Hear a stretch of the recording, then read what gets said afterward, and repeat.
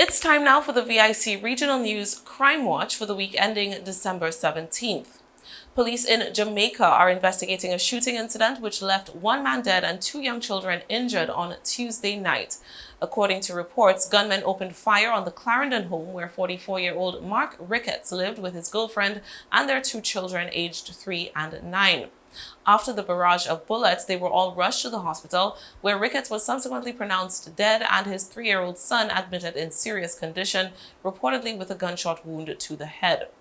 In Belize, an 18-year-old was charged this week for the murder of his 36-year-old co-worker in San Pedro. Police say Julio Rafael Pais fatally shot Gilberto Sajid Kaliz in their hometown about 5 p.m. on Saturday during a dispute over a bicycle. Investigations thus far suggest that Kaliz was on his way home from the resort where both men were employed when his co-worker began chasing him.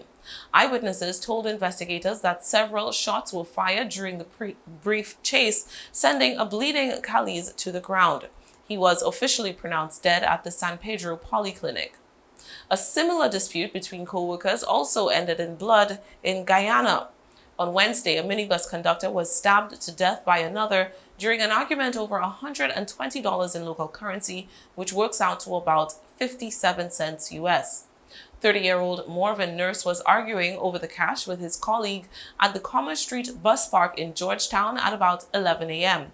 Things quickly developed into an exchange of projectiles, including beer bottles and bricks.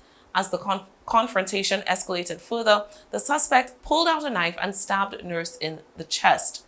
The knife-wielding conductor then escaped in his minibus while Nurse ran a short distance in search of help before collapsing to the ground, where he struggled repeatedly to get up until he was assisted to the Georgetown Public Hospital.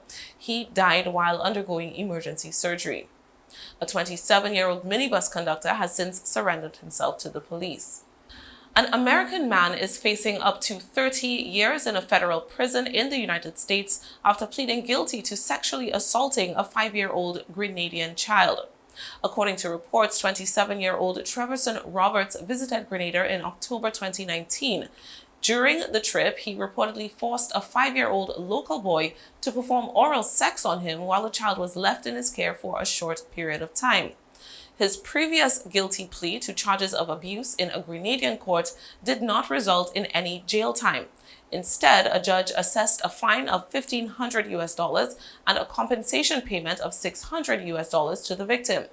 However, once back in the US, federal prosecutors slapped him with charges of illicit sexual conduct with a minor in a foreign place.